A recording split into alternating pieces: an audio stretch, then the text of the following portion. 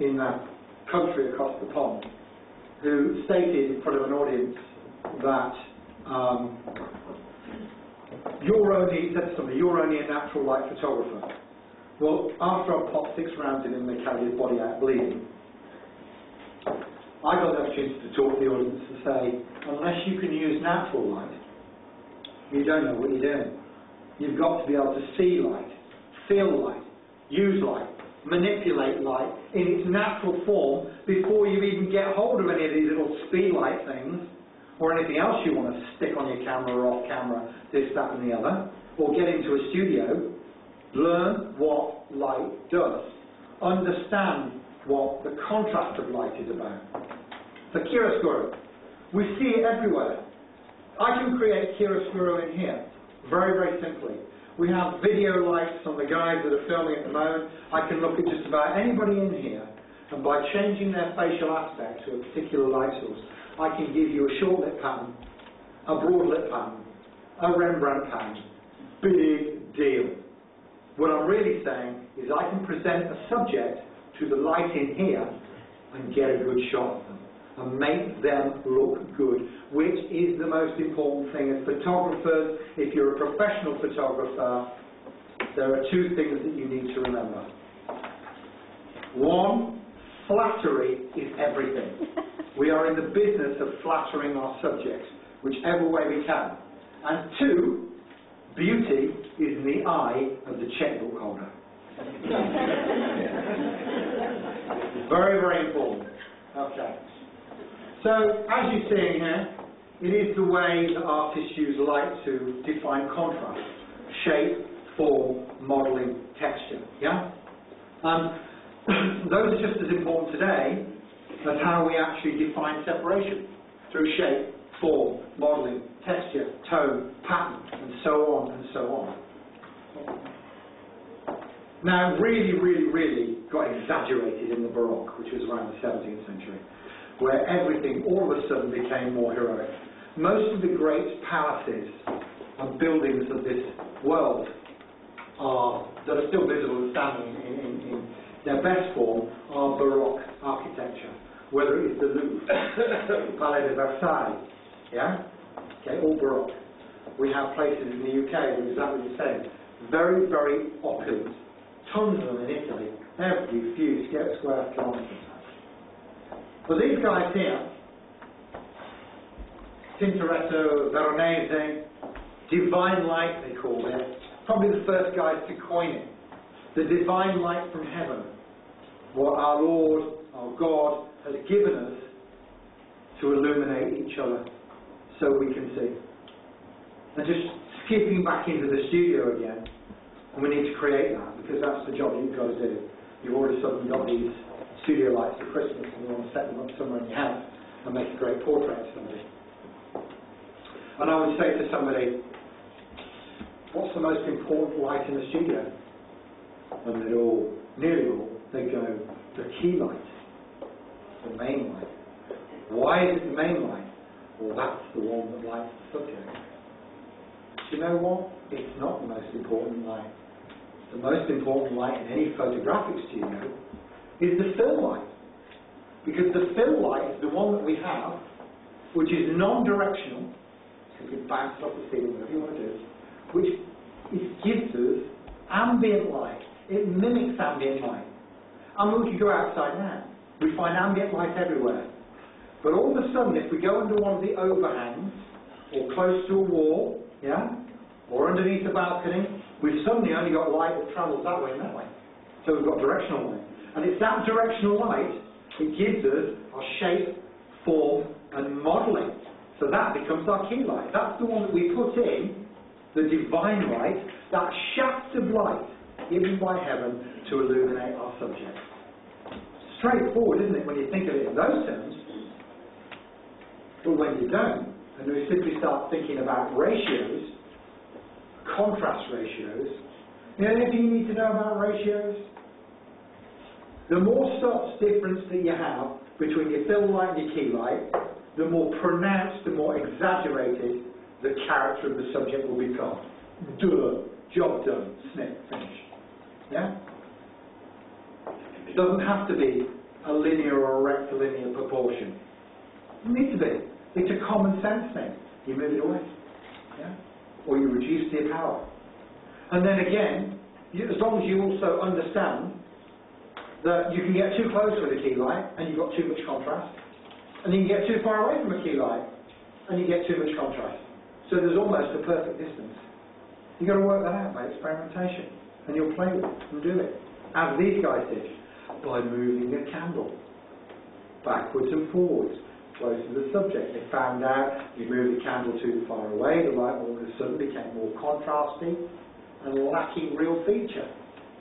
And yet they moved it in to this almost magical distance of about 1.5 meters, which is around about that sort of distance. And it was perfect. Almost every time. Cool. It's blazing, it's absolutely amazing. And yet we go back into ancient Egypt, and they measured everything by cubits and spans. Cubit, there's a cubit. That's a span. They use measurements of forms of the body. Is everybody exactly the same? No, but near enough. You know? So it works. And it's just funny, and that is about the perfect distance for a key light from the subject. Play with it, try it, and find out. You'll find out it is about right. So anyway, this guy called Caravaggio came along, whereas Ugo de Carpi was really the first person that used such as chiaroscuro as a compositional device by using the contrast and the light and the direction of light. This nutter comes along. He was a violent, crazy guy called Caravaggio, very disturbed chap, died a very sad death, very sad character back in 1610. And his work was described as tenebrism, yeah? Which is very, very dramatic. There's a couple of paintings, I think probably one of them you'll recognise quite specifically, which is almost a perfect example of tenebrism, which is the stark contrast between light and dark. Out of darkness comes woof, so there is no graduation. Whereas chiaroscuro relies on a graduation of tone and light to give depth perception, Caravaggio was having none of that. It was just bang, in your face. Very much the way the guy was. Give me a bottle, champagne. Okay. Now, chiaroscuro and tenebrism to a certain extent, known in photography, the biggest thing is Rembrandt lighting. Do you all know what Rembrandt lighting is? Yeah. Do you really? Because Rembrandt didn't. I'll show you something else in a minute. Sorry, I love the tea. Okay. So, as it says here, chiaroscuro is to do with ambient or natural lighting. That lighting that we see every single day in our lives in nature, that we can use to actually bring depth and dimension, light and pattern onto everything that we see. We could take somebody outside and I could almost make a really good picture out of you.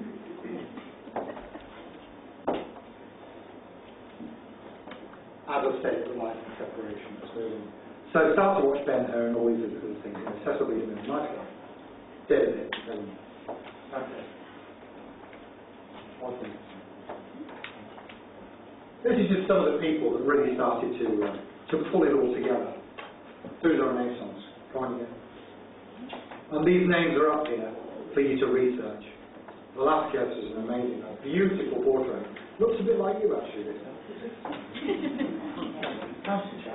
Look at the way he carries himself. Look at the way he's lit. Look at the way he poses.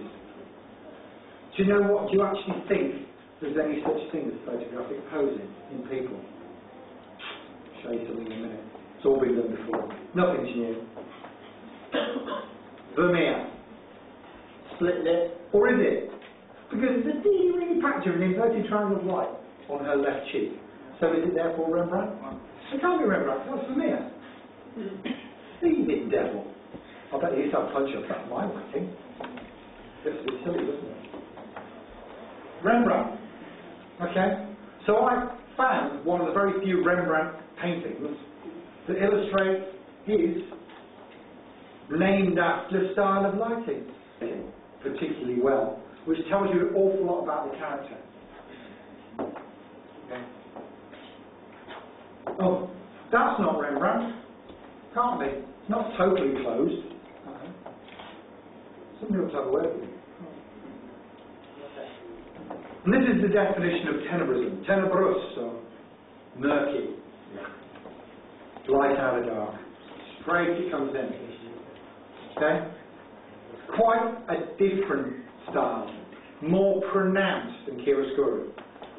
More threatening, more dangerous, more on the edge, let's say. Used an awful lot in really dramatic cinematography.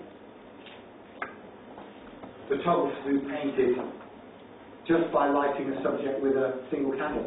Now, there is, I think you might find on the TV, on the History Channel, there was, not a long time ago, there was a wonderful documentary about Caravaggio. Very sad life the chap had. But it showed exactly how, in his studio, he would begin to create these composites, which became a nonsense of light. And there we see, this is nothing. You cannot see any background on this painting. It is simply black. This is St. Paul about to be crucified upside down. And the drama is there. You can see it's so striking. We would almost call that cinema or theatrical lighting. Yeah? Because it has a theatre to it.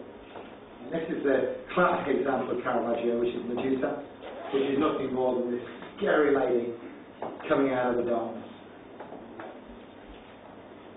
The Baroque, as I've said, starts to get all that more flowery, more elegant, more ornate, right? More expensive.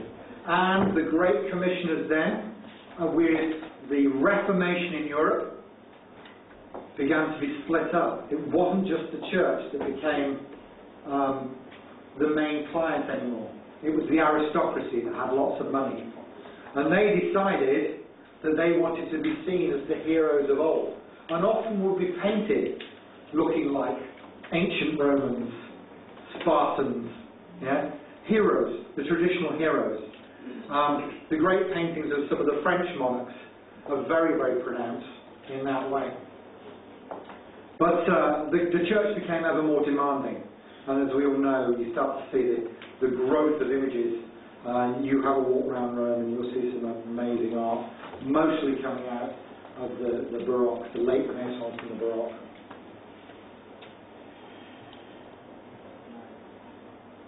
But around this time, there were two artists that really broke new ground. Whereas Leonardo, a century or so before, was fascinated with every aspect. He was a great engineer, an inventor, a painter, a sculptor, an architect. What was it he didn't do? Not a lot.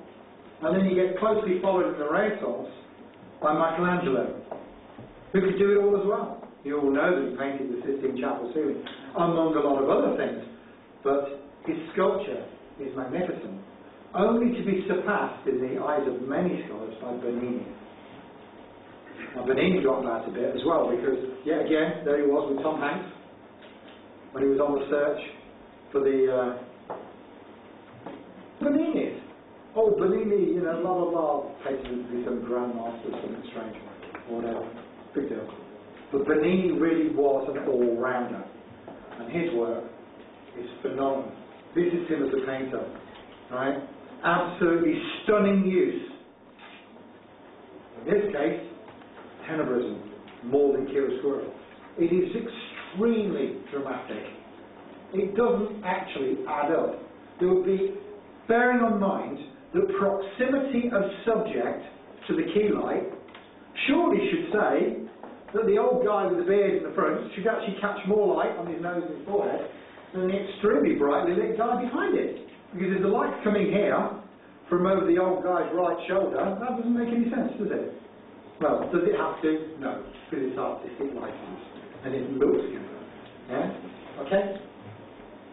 This is Bernini the sculptor, and possibly one of his most famous works, if we go on, is this. This is called St. Teresa in Ecstasy. Yes, you saw it in the image. So I where one of the clues was hidden. But it is a masterpiece of sculpture, painting, and architecture. So these guys really wanted to do it all. So those two in particular took a real grasp everything to do with the compositional factors in creating these great, I mean, you could almost liken that to cinema. Somebody in those ages would go in, they would walk into that chapel and go, wow, that is absolutely amazing. It's this wow factor that we try and emulate in photography. This is a painting by David. Yet again, this is meant to be Leonidas, just shortly before the Battle of Thermopylae, where you know from the film 300, Thermopylae means the hot gates. And it's this heroic style of painting that evolved in the Baroque. When you look at the lighting, is it possible? Nah, not really. When you start dissecting it, you have all sorts of problems. Ooh, then this arrives. Finally. This arrives. A camera. Funny little thing this.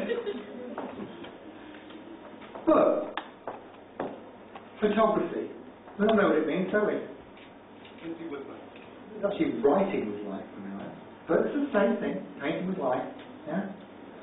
So where do you think the first photographers got their inspiration from? They didn't get it from the internet. It didn't exist. They didn't get it from the Ilford Manual of Photography or the Kodak Manual. It didn't exist. I haven't read it yet. It didn't come from books of fantastic images taken by all sorts of people on their travels, did it? No. Came from art galleries, museums. Yeah? Those slices of life around us, and where the early photography pioneers would look at a guy and they'll say, yeah, he's got a really interesting face, I want to make a portrait of him, but I need to apply some light. And I can see if you track me around, I follow him around, I want to make a good picture, keep turning, keep turning. I can see where the light's coming, keep turning, keep turning, keep turning, keep turning, keep turning, keep turning, keep turning. Now this is really low light here, because he's lighting me and not you, right? And what I've got now, you guys can't see it, you will see it in the film, is he's got catch lights in his eyes. When I go back to the story, what's the point? There's the point, the two catch lights in the eyes. Turn your face back round, do your back. Good. Find your head this way a little bit. Turn it that way. Chin down. Chin down. On the other one. Good. Turn it round. Good. Nice thing. Okay? So now I've got a subject that's been illuminated. And all I need to do now is make the exposure. Intervention then would come in the form of whether I wanted to look elegant, sophisticated, wealthy. That would be down to how I, as an image maker, a painter, an artist, a photographer, would inject character into my subject. So all they had to work with was these. They barely understood the process of coating a glass plate using a lens where you're going to get a laterally inversed image, upside down, back to front, yeah, exposed onto that plate, and then developed. Yeah? All very, very good. That's a mechanical process. So right then and there, we're back to where we are now. We have a mechanical process. You've got a mechanical process here. It's called a camera. Yeah? And the thing is, was there any difference between the first photographers and the artists? No. Why? Because it's all to do with concept and reality.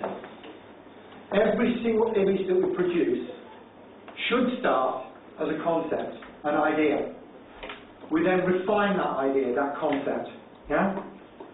By intervening with our subjects, by selecting the right angle, going at the right time of day to photograph the buildings, yeah?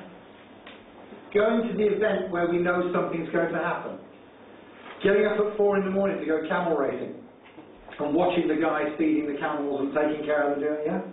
It's all down to what you want to do.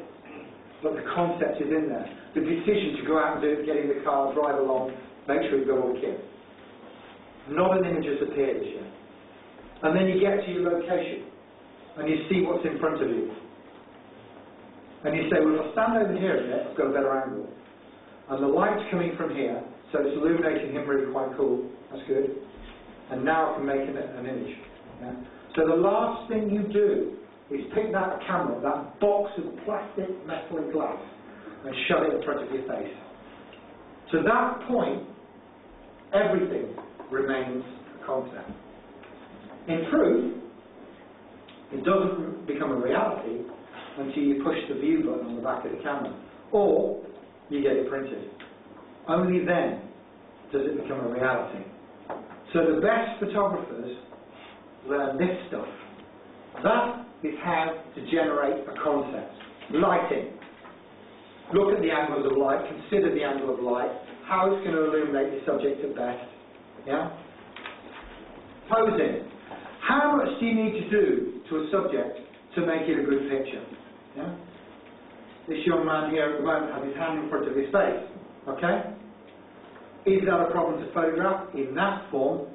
Yes, it is. Why? Because this area on the back of his hand is bigger than any area on his face, and therefore, if it's closer to the light than the rest of his face, it's going to catch more light and therefore become more prominent and exaggerated in the image.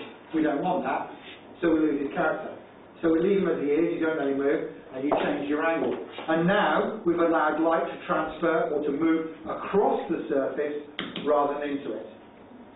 Do we need to pose him at all? I look at him and I say, bring your chin around a little bit for me. What are you going to do for me? That's good. Now I've got just an incline that way. Now, with that incline there and his hand there, he's listening to me, he's communicating to me, and all I would need to do is go up to him and just move his glasses up his nose so they do not go through his irises. Image done. Absolute minimum of intervention with your subject. Now when you become really skilled, you should be able to learn how to do things with people with non-verbal as well as verbal communication. So I'm going to pick on my friend here again because he's probably the best illuminated guy from the front in here. And all I need to do is say, put your hand there. Just look at my hand there. Now his hand here is the same shape as a human face. Just look at it. Is he radio controlled? Do you know what I'm doing? As I'm changing my hand gestures, he's tracking it, and as soon as I do that, he moves his chin up and down. As soon as I do that, he looks at it. So by those three simple gestures, you can control the subject very, very easily. It will take some practice. It's pure psychology. And why? Because human beings mirror all the time. You look at mirrors, and that's how you control your subject. And this level of control is super important.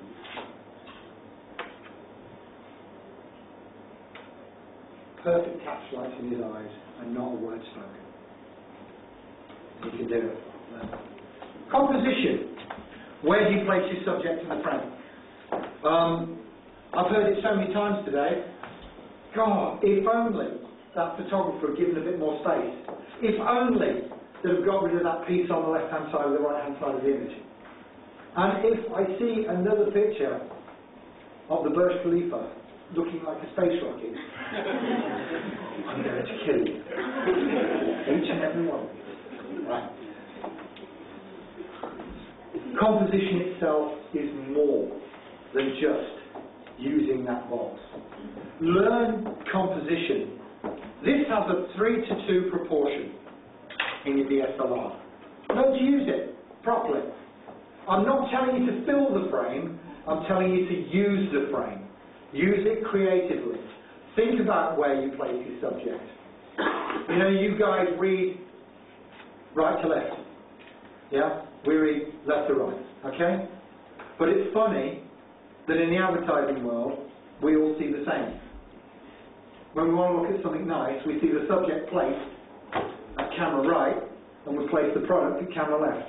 And we incline everything. What are we doing when we incline everything? We're forming those little pyramids. And we're concentrating a linear space for us to go into that we find pleasing. Yeah? So bear that in mind.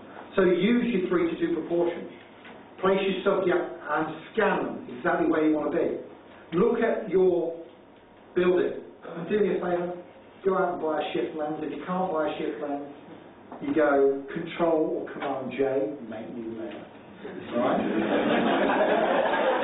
Edit, transform, distort, and pull the things out that side. My goodness, upright should be upright. It doesn't take much to do it. But try and make sure architectural photographers that use view cameras, CNR. Remember CNR cameras were? Yeah? science, industry, nature, architecture and research, are rolling, well they're not rolling in their graves because I'm still alive, but I'm sort of cringing and rolling at the thought of architectural pictures being taken that are pushed as being created simply because they're using extreme parallax. You know what? They're crap! I know they're crap. But it gets a bit tedious seeing the same things, the same buildings, some of these beautiful, we've seen some fantastic pictures of some amazing structures in this city that are like this. And you're thinking, you know, what's that about? The architect didn't design it that way. See it as it is and try to recreate it. Expression. Expression, if there's a subject or series of subjects in your picture, they say, what Helen of Troy, the face that launched 1,000 ships, they either went one direction because she was hideously ugly, or the other one because they wanted her back. But at the end of the day, expression carries everything. How we communicate between each other. How an image, how an expression caught by a photojournalist tells the story that matches the headline. Yeah? Because that's where it needs to be. Or, in most cases, in the shock and horror of war, for example, where the picture itself and the expression of that subject is the headline. It conveys every message that is necessary to evoke the emotions in here that rock our boats. Thought I'd come back to this just for a moment. Lighting patterns. Okay? When we look here, the guy at camera right, I'll say that side, has a short stroke Rembrandt pattern. The guy at camera left has a distinct short light pattern. This guy, the big fat cardinal, has the broad light on him to make him look bigger, more wealthier, more opulent, blah blah blah blah. But there's a problem. You see, the Rembrandt lighting and guy at camera left, notice, Raphael, you were 200 years before Rembrandt. You can't use that, mate. And after the guy over here, with his nose going through the line of his cheek, you put that up against some photographic judges and they'll take points off. Cheeky monkeys! How do you take points off Raphael? Who the hell does photographers think they are? They make most of it up anyway. There are no rules, there are notions. Does the face look better that way? You know, he's an Italian, he's got a big nose there for his time, it's going to stick out that way. He can't do anything about it. You know? And at the end of the day, he has to be the little quiet guy, the lackey to the cardinal, because he's the big important one about reading the body. Yeah? Which is what the lighting's about. So lighting patterns do not take things as gospel. Apply your lighting according to your subject, not because somebody's told you to use one or the other. Because everybody's face is different. And if I horrified some of you by doing some physiognomy, which is facial analysis relative to light, you'd freak out. Because I'll look at you and I'll tell you whether you've got an astigmatism in one eye or the other. I'll tell you whether your nose was going one side of your face, and by the time you walked out, you'd be crying or suicidal. You know? But it's what we have to do as image makers if we photograph people. We have to assess them in milliseconds before we apply lighting to create the right assessment. Put this one up for fun, actually. I mean, every sort of lighting pattern on the planet in that one. So I think Rembrandt had been on the booze when he actually designed this picture. And as for the little critter back here, what's this? Glow-in-the-dark Susie. I mean, crazy. I mean, it doesn't apply to any of the other lighting on the picture at all. And yet the primary subjects are in here. And for some inexplicable reason, we've got this real big highlight here. Never mind. We don't know. He's dead. I can't ask him. Even the Titolats can't connect me with that. You know. I can try. Yeah. What if? Here's a little thing. This is a bit of a tease for you. Temporary tab, Mona Lisa, box canvas stand out on the wall. Yeah. And then what you do is you think, hang on a minute. When I go and take some pictures of somebody next time, I'm going to do a head and shoulders portrait, maybe a half length. And then instead of holding my camera like that, or like that, I'm going to do this. Or I'm going to do this. That is a visual platform or trees that generally go from ground and come upwards after walls, and pavements that go that way, unless you shoot it in an earthquake zone or on the decks of a sinking ship. Try and keep the camera a bit more straight, because honestly, it's not that impressive. The tilts that work are what are called decontextualized tilts, and that is where there is no reference to anything tangible in the background. It could be one of these panels here of just pure colour, nothing else. A plain wall. It could be a wall that's literally divided up into colours, whatever. Where tilting the camera can add a dynamic interest into the subject themselves, but without making it look silly. There are many photographs that are taken, particularly in the fashion world, where tilts are employed and you would not have a clue. And it's basically to make the subject more dynamic and more powerful, without doing what some people would do. They would tell the subject, the model, to stand up in an elegant ball gown and do this. Well, that's crazy, because all sorts of other things happen there. Bending the spine, chin goes down, all sorts. Then it's easier to add a minor tilt to add more dynamics to your image. And as we go through in this whistle-stop tour of photography from the 1850s, as we know it started in 1839, you can see absolute similarities between painting and photography. The way these subjects are posed, the way they're lit, there's no difference. Yeah. The 1900s saw the birth of what we all like to call photojournalism, that recording of slices of life. But you know what? A lot of photojournalistic stuff now that's pushed out, particularly on wedding photographers and others, is really not very good at all. Why? Because they forget you have to add light to the primary subject. That subject has been clearly picked out from its fellows and its environment by expression, composition, angle of light towards subject. Very straightforward. Okay? Look at the groupings in this and the posings.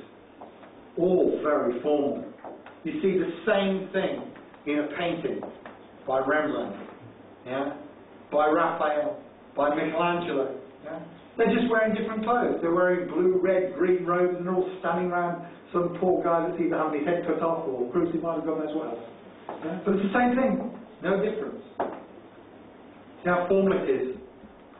Beautiful application. Do you know what? Not a studio flash or an artificial light in sight. This was all shot with natural light in natural light studios, where the only control of light was by the curtains or opening and closing a door. And we move forward. This is natural light too. This is Irving Penn. Very, very talented, incredible image maker who wanted to use. That is the beautification of lighting patterns, so-called lighting patterns taken to the extreme, where the light has been applied to beautify the subject and add character. Now sure, they're actors. Okay? Yet again, Pablo Picasso. How powerful is that? You can see these as paintings. Miles Davis, yeah? Phenomenal application of light. Just gets better and better. What is the difference between this and art? Nothing. More Irving Penn. The second image that's on the right-hand side shows that there are alternative croppings and compositions that you can pull out of any photograph, no matter who took it. There is always something else that could be deemed more aesthetically pleasing, viable, or attractive.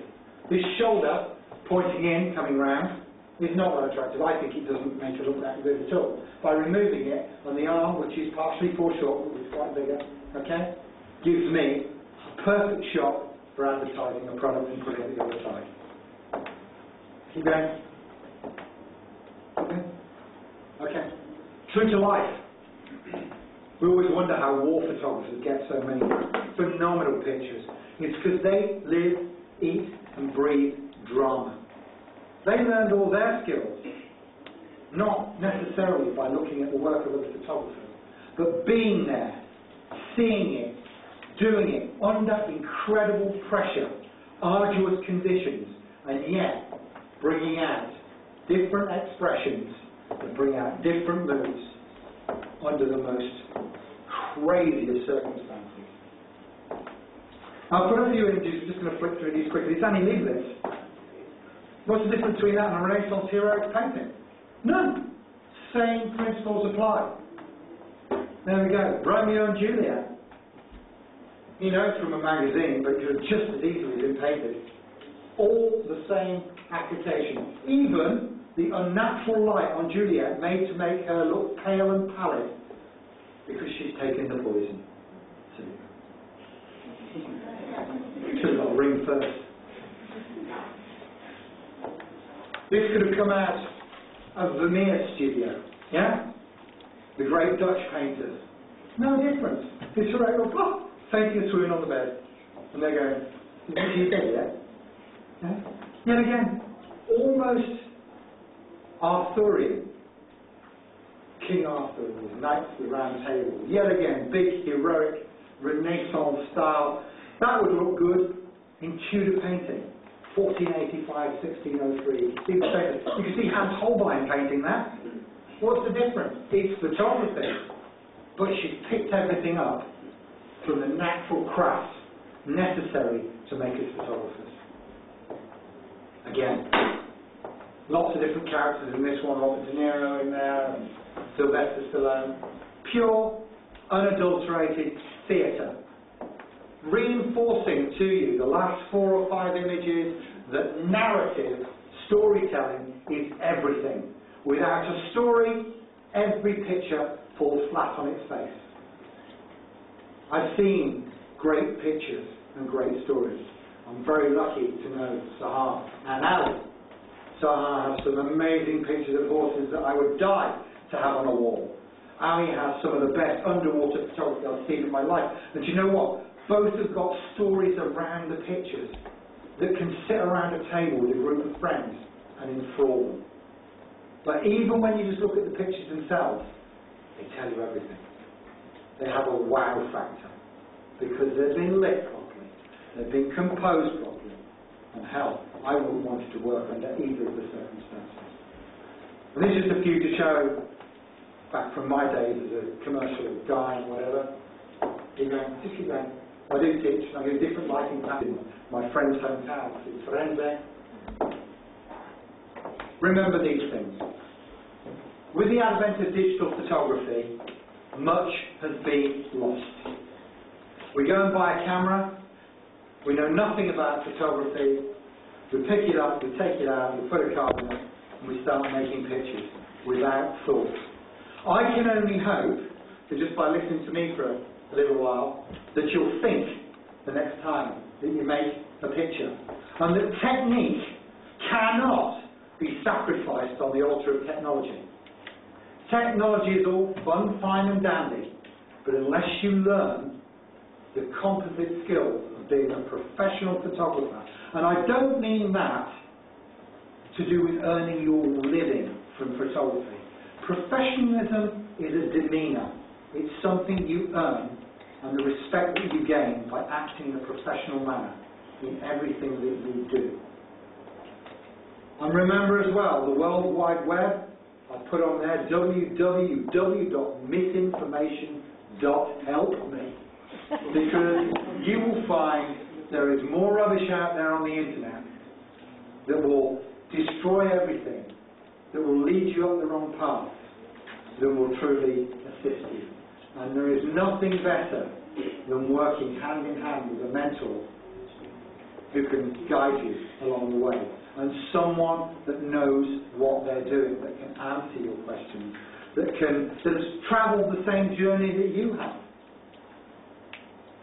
So maybe today, with these first lecture programs brought to you from HIPA, maybe it's that. Maybe we're on the verge of a renaissance through photography.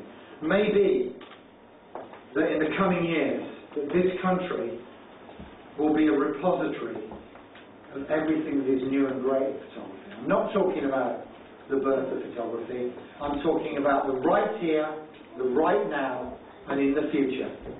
That maybe that renaissance comes through education. And education is not about me talking to you, or you, or you. It's about sharing. Sharing experiences and sharing knowledge. Making your own mistakes, having the confidence to admit you've made a mistake, and to do one thing that you really need to do. Ask for help.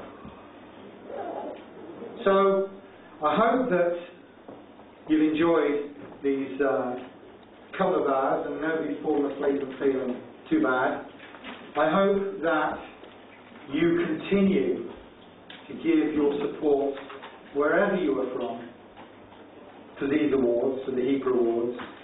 They are of the best for photography than any other organisation in the world because they started out with the right motive. To celebrate nothing more than great photography. So I wish you all well. I hope that you enjoy every minute of taking pictures, that you think of it more, and that you are successful. Thank you.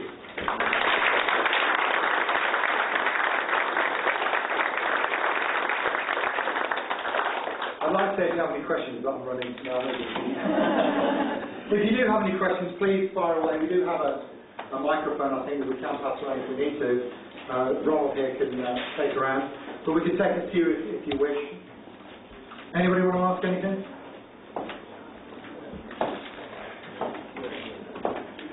What am I bid? 2,000 dirhams?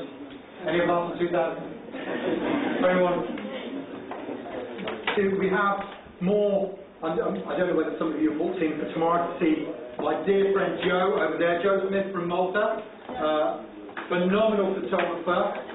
You'll love what he does. I first met him quite a few years ago, I won't say because we're both getting on a bit now, with his jazz photography in which he obtained a fellowship. A fellowship is the highest award that you can get in photography in the European distinction system, and it's all jazz musicians. Phenomenal. He's since gone on to shoot documentary photography in Malta, and believe me, he could speak to you in Maltese and you'd understand him. I promise you. It's our main face.